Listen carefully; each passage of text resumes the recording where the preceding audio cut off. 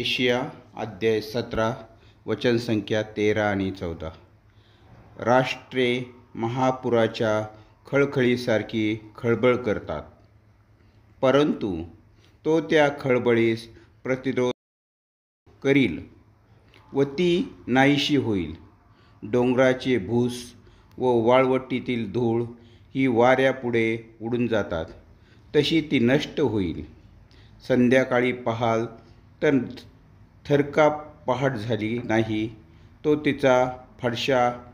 जे आम्हास लुटितात त्यांच्या वाट्याला हे आहे, जे आम्हास अपहार करतात त्यांच्या हिश्श्याला हे आहे.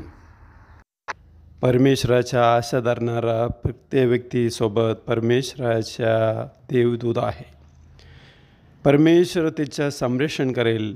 त्यांच्या शत्रू त्याच्या पुढून निघून जाशील आणि तो धुळासारखा उडून जाईल.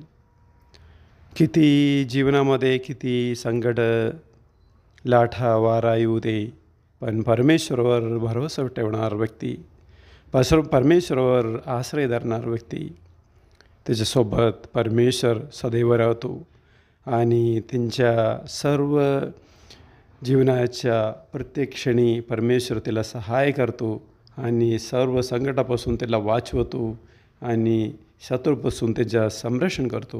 म्हणून आपण परमेश्वरावर विश्वास ठेवून त्याच्या कृपेने चालण्याच्या कृपा आपल्याला मिळण्यासाठी, त्याच्या दया आपल्यावर बरसावण्यासाठी आपण परमेश्वराजवळ प्रार्थना करूया.